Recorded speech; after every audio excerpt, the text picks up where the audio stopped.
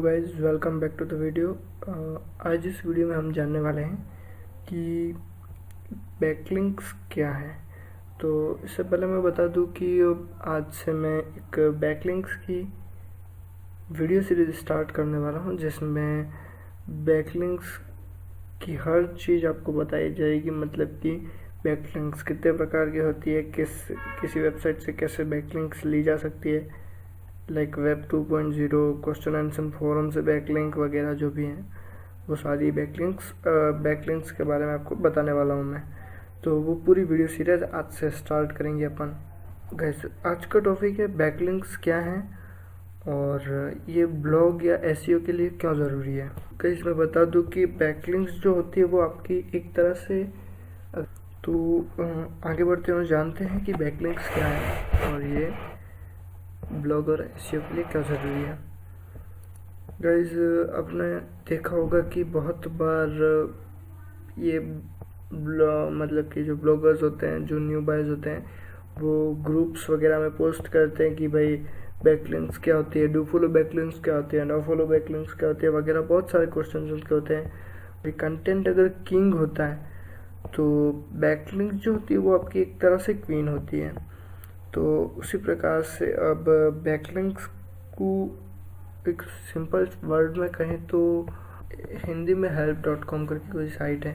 अगर उसके किसी पोस्ट से wikiman.com वहाँ किसी पोस्ट में लिख दिया उन्होंने और वहाँ पे लिंक दे दी wikiman.com में, तो वो एक तरह से बैकलिंक होगी, क्योंकि जब भी कोई उस लिंक पर क्लिक करेगा तो वो तुरंत मेरी साइट पे आ जाएगा।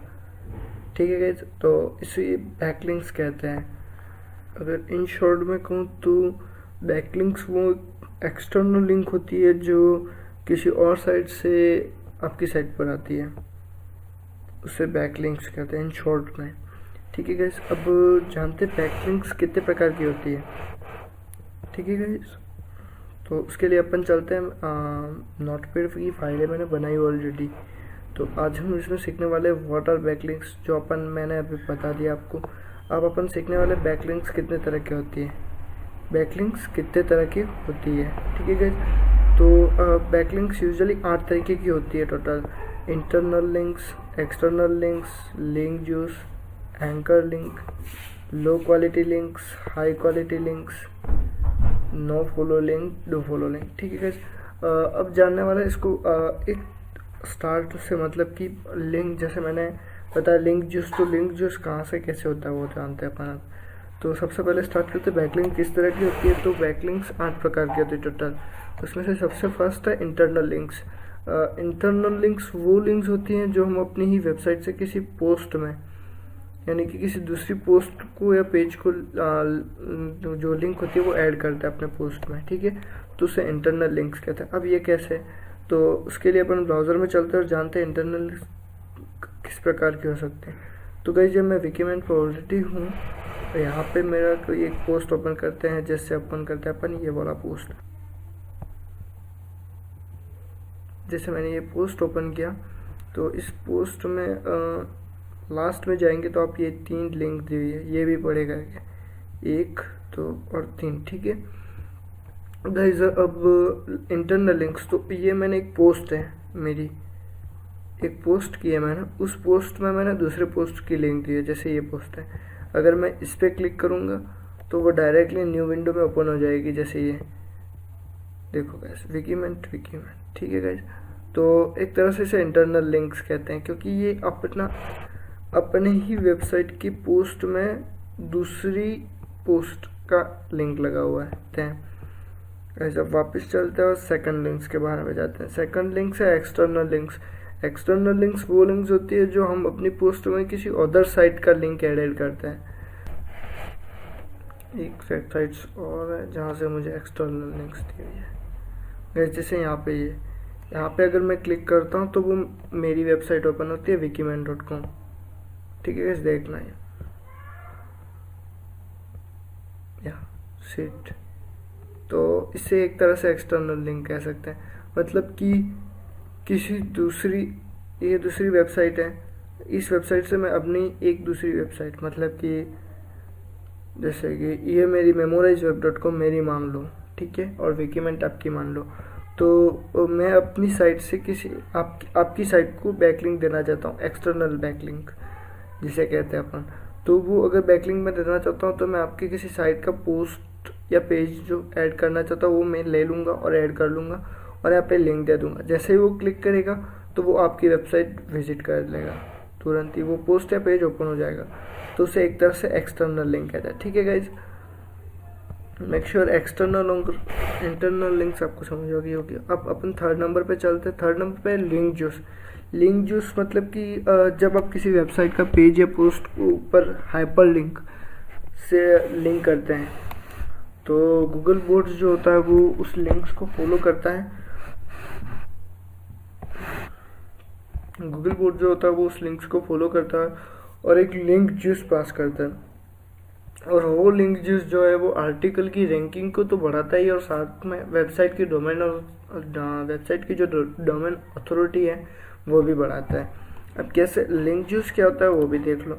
लिंक जूस मतलब यहाँ से मैंने ये ओपन किया, अभी वही पोस्ट ओपन कर लेते हैं अपन, क्योंकि उसे एक तरह से एक्सटर्नल लिंक भी कह सकते हैं और एक तरह से लिंक जूस भी कह सकते हैं। लिंक जूस इसलिए कह सकते हैं जैसे कि यहाँ पे आप देख सकते हैं, यहाँ पे मैं जैसे ही क्लिक करता हूँ ये तो तुरंत वो विकीमेंट का पेज ओपन कर लेती है, पोस्ट ओपन कर लेती है। मतलब जैसे मैं उस वेबसाइट पे क्लिक करता हूँ तुरंत वो तुरंत विकीमेंट का पेज ओपन कर लेते हैं। ठीक है, तो जब भी आप गूगल इसे इंडेक्स कर लेगा, इंडेक्स करने के बाद इसको एक मतलब कि जो सर्च इंजन है अपना गूगल का वो एक इस लिंक्स को फॉलो करेगा, मतलब कि इस लिंक को इंडेक्स करेगा, लिंक्स को इंडेक्स करेगा, फिर इसको लिंक जूस पास करेगा इससे, तो जिससे मेरी डोमेन वेबसाइट की डोमेन अथॉरिटी भी बढ़ेगी और एक जो पेज की रैंकिंग है वो भी बढ़ेगी। तो इससे ही अपन लिंक जूस कहते हैं। ठीक है गाइज, लिंक जूस हो गया अपना, एक्सटर्नल लिंक्स हो गया, इंटरनल लिंक्स हो गया। अब चलते हैं एंकर लिंक्स। एंकर लिंक्स क्या होती है? एंकर लिंक्स वो होती है जो कोई आपकी साइट से साइट के टेक्स्ट, मतलब आपकी साइट है उसका टेक्स्ट को ऊपर एंकर लगाता है और आपकी साइट पर आता है। मतलब जैसे अब मैं बता सकता हूँ, यहाँ पे अपन चलते हैं, ये यहाँ पे मेरी साइट इन्होंने दी हुई है, जैसे ये wikiman.com इन्होंने लगा। जैसे ही मैं यहाँ पे क्लिक करता हूँ तो तुरंत ये मेरी वेबसाइट ओपन हो रही है। तो इसे एक तरह से अपन एंकर लिंक्स कह सकते हैं, क्योंकि जो मेरा कीवर्ड मैंने wikiman.com, तो उन्होंने कीवर्ड के हिसाब से, मतलब wikiman.com है तो wikiman.com लिखा और उसके ऊपर ही लिंक दे रखी है, बाकी कहीं पे भी लिंक नहीं दी, यहाँ पे ही लिंक दी है। ठीक है गाइस, तो यहाँ जैसे ही मैं अपन क्लिक करेंगे यहाँ पे तो वो तुरंत ये पोस्ट मतलब कि मेरा होम पेज ओपन हो जाता है, तो जिसे आप एंकर लिंक्स कह सकते हैं। अब बताती है लो क्वालिटी लिंक्स की। लो क्वालिटी लिंक्स मतलब कोई स्पैम साइट, मान लो आप हाइपर स्टेटस वगैरह जो भी, यहाँ पे गूगल पे सर्च कर लो आप, जैसे wikiman.com ही एक तरह से wikiman ही सर्च करो आप, तो उसकी नहीं बनी हुई है। 7-6 पेज पे चलते हैं अपन। जैसे ये साइट रैंक, ठीक है, ये साइट रैंक क्यों है, ipaddress.com वगैरह, इनमें से ये कुछ, ये wikiman.on की host.org होस्टिंग और इन्फॉर्मेशन वगैरह जो देते हैं। तो एक तरह से जैसे मैंने यहाँ पे ये लिखा, ठीक है। अब मैं यहाँ से कैसे सर्च कर लेता हूँ, यहाँ पे सर्च का ऑप्शन नहीं दिया हुआ,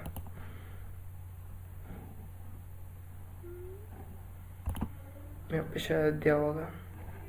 यहाँ से देखो, यहाँ पे क्लिक करते हैं तो तुरंत जैसे यहाँ पे ये wikiman.in का भी बता रहा है, कुछ एड्रेस वगैरह बता रहा है wikiman.in का।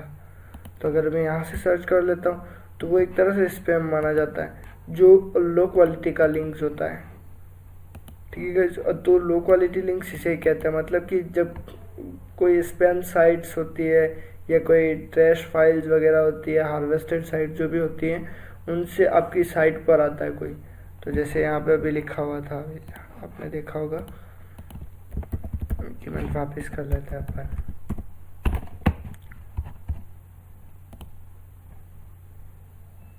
जैसे ये था,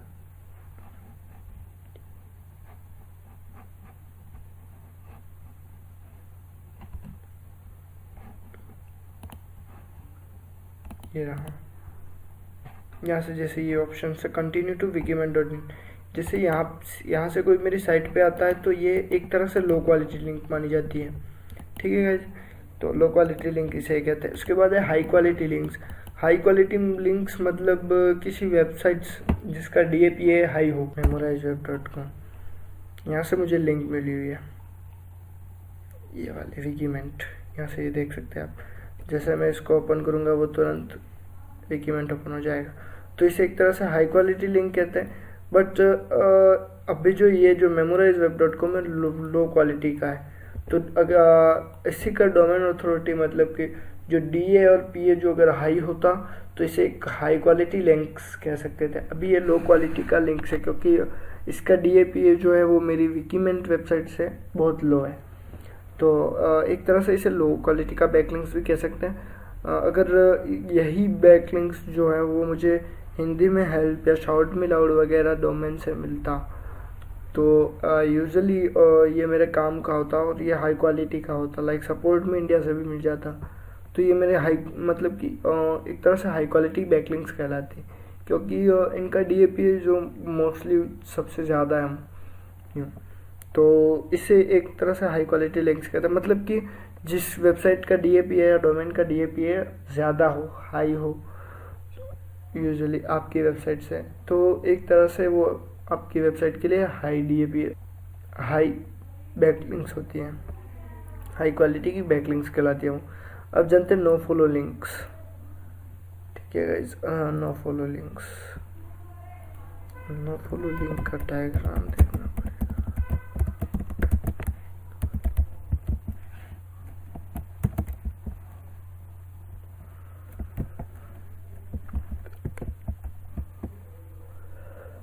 यहाँ पे मिल जाएगा आपको बहुत सारा।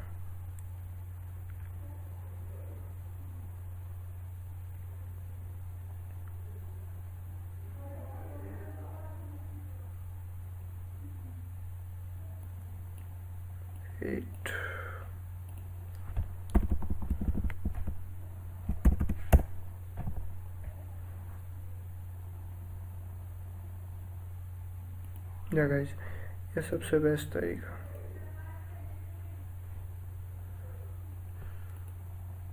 या जैसे ये एक पूरी लिंक लगी है कंसल्टिंग एंड सॉल्यूशन, जो भी इस कंसल्टिंग एंड सॉल्यूशन पे क्लिक करेगा तो वो nicezone.com पे चला जाएगा तुरंत, क्योंकि ये उसकी रेफरल लोकेशन दी हुई है, ठीक है गाइस। तो जब भी अगर कोई नो फॉलो लिंक देता है तो वो rel equal to no follow add कर लेता है। वो इसलिए ऐड करता है क्योंकि गूगल जो है गूगल बोट जो है वो इस लिंक को फॉलो नहीं करेगा और इंडेक्स भी नहीं करेगा सर्च इंजन में, जिससे वो डायरेक्टली ओनली उसी वेब पेज पे बताएगा। तो इसे ही एक तरह से नो फॉलो लिंक कहते हैं। और डू फॉलो है तो या जो नो फॉलो की जगह है, मतलब कि नो फॉलो डू फॉलो में थोड़ा गड़बड़ी होगी। तो सबसे पहले अपन वापस रिटर्न नो फॉलो के बारे में जान लेते हैं।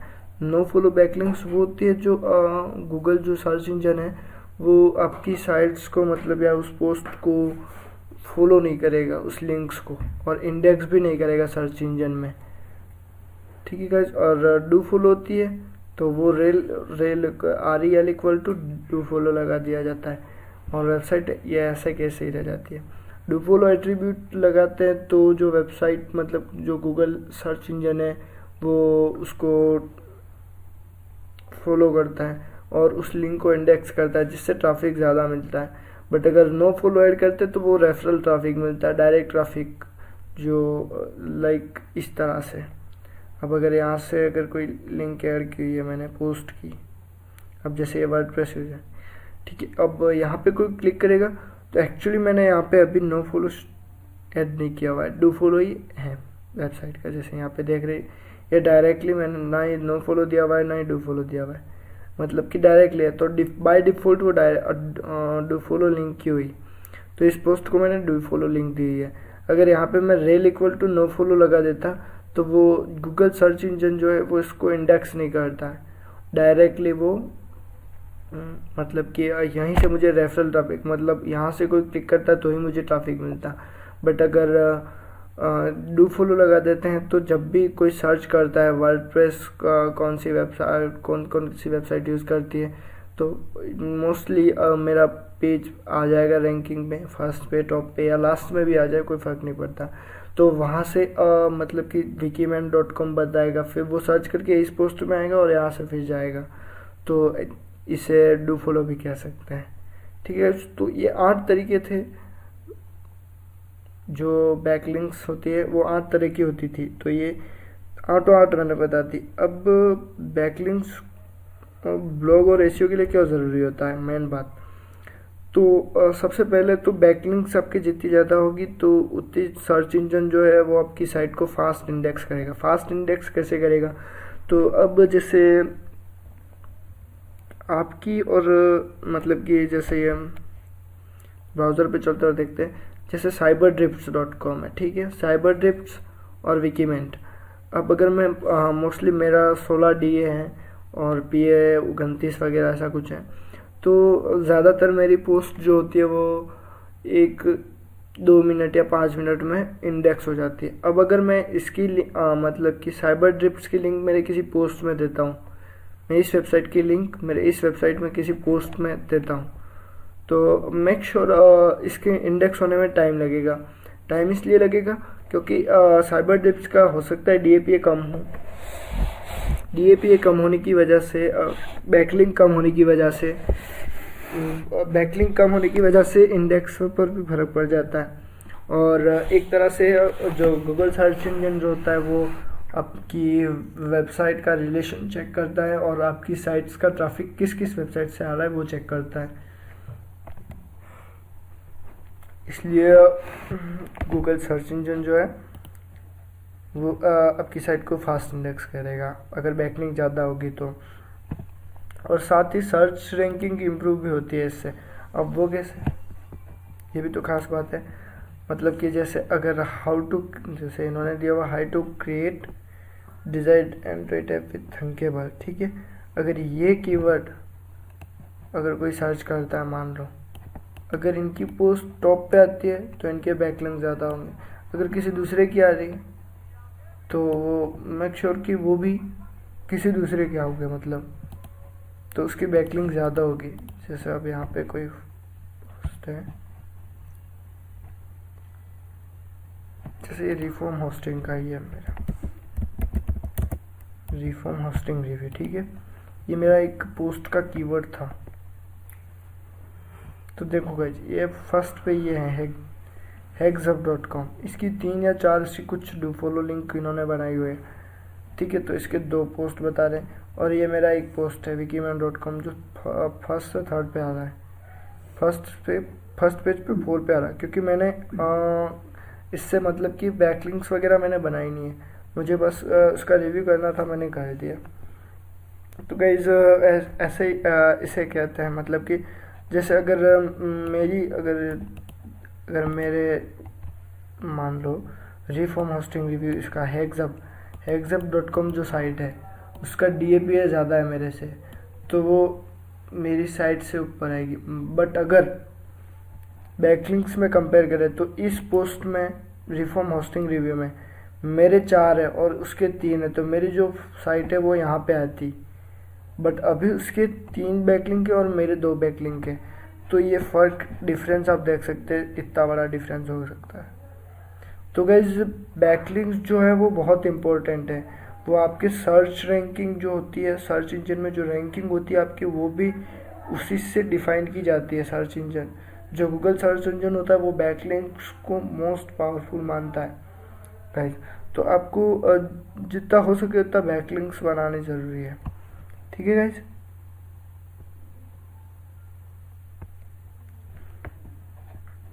और तरीके और क्या, रेफरल ट्रैफिक मिलेगा एक। अब रेफरल ट्रैफिक तो मिलना ही है, जैसे इन्होंने यहाँ से wikiman.com दिया हुआ है, ये पोस्ट है, उन्होंने कुछ पोस्ट लिखी, मुझे नहीं पता था। तो जैसे हिंदी में .com, अगर मैं कोई गेस्ट पोस्ट करूँगा उस पर, तो मैं श्योर हूँ कि वो एक लिंक देगा मुझे, बैकलिंक्स देंगे। रोहित जी जो है मुझे बैकलिंक देंगे कि भाई ये पोस्ट रोहित भट्ट ने की थी और इनकी वेबसाइट wikiman.com वगैरह, ठीक है, वो लिख देंगे। तो जब भी कोई आएगा तो ये पोस्ट मैंने अगर अच्छी पोस्ट की है, तो जो भी बंदा होगा वो मेरी वेबसाइट पर विजिट किए बिना नहीं जाएगा, तो वो उस वेबसाइट पर क्लिक करेगा, तो मुझे रेफरल ट्रैफिक मिलेगा एक तरह से। तो बैकलिंक्स इससे भी मतलब कि रेफरल ट्रैफिक भी मिलता है इससे, तो ये भी अच्छी बात है एक तरह से। और ख़ास बात कि आपके ब्लॉग की एलेक्सा रैंक इंक्रीज होती है। तो जितनी भी आपके मतलब कि बैकलिंक्स जितनी ज़्यादा होती है, उतनी आपकी जो एलेक्सा रैंक है वो इंक्रीज होती है। तो आपको बैकलिंक्स बनाना इम्पोर्टेंट है, मतलब कि मेन बात, ठीक है। आज का एपिसोड ख़त्म है यहाँ पे ही। और ये मेरा पहला एपिसोड था, पता नहीं अच्छा होगा या नहीं, लेकिन मुझे कमेंट करके ज़रूर बताइए कि आपको आगे क्या जानने की इच्छा था कि मैं उस पर वीडियो बनाऊँ। और सेकंड बात कि आप इस वीडियो को शेयर करें और लाइक करें, तथा कमेंट भी करके बताएं कि वीडियो कैसा लगा, क्या कमी रह गई है या फिर कुछ प्रॉब्लम्स वगैरह जो भी हो मुझे बताएं, ताकि मैं उसमें सुधार करूं और आपको अच्छी तरह से समझा सकूं, ठीक है गाइस। और मेक श्योर आप अब से बैकलिंक्स बनाना स्टार्ट करेंगे मेरे साथ साथ, जैसे मैं बताता हूं वैसे बैकलिंक्स बनाना स्टार्ट करेंगे आप, तो जिससे आपके ये चारों फ़ायदे तो होंगे ही, ये 4 फ़ायदे तो है। 5वां फ़ायदा ये है कि आप सक्सेस हो जाओगे ब्लॉगिंग में। तो क्योंकि बैकलिंक्स जितनी ज़्यादा होगी उतना ट्रैफिक ज़्यादा मिलेगा, और जिस वेबसाइट पर ट्रैफिक ज़्यादा होता है मोस्टली इनकम वाइज होती है। तो अगर इनकम चाहिए तो लास्ट पॉइंट कहाँ पे आके रुकता है, बैकलिंक्स पे। तो मतलब बैकलिंक्स ज़रूरी है ब्लॉग के लिए। तो गाइज मेक श्योर आप इस वीडियो सीरीज़ जो बैकलिंक्स की सीरीज़ है उसको फॉलो करोगे और मेरे साथ साथ चलोगे, तो आई होप आप सक्सेस हो जाओगे। सो गाइज आज के लिए बाय, आज के लिए इतना ही काफ़ी है, और अब हम कल वापस मिलेंगे।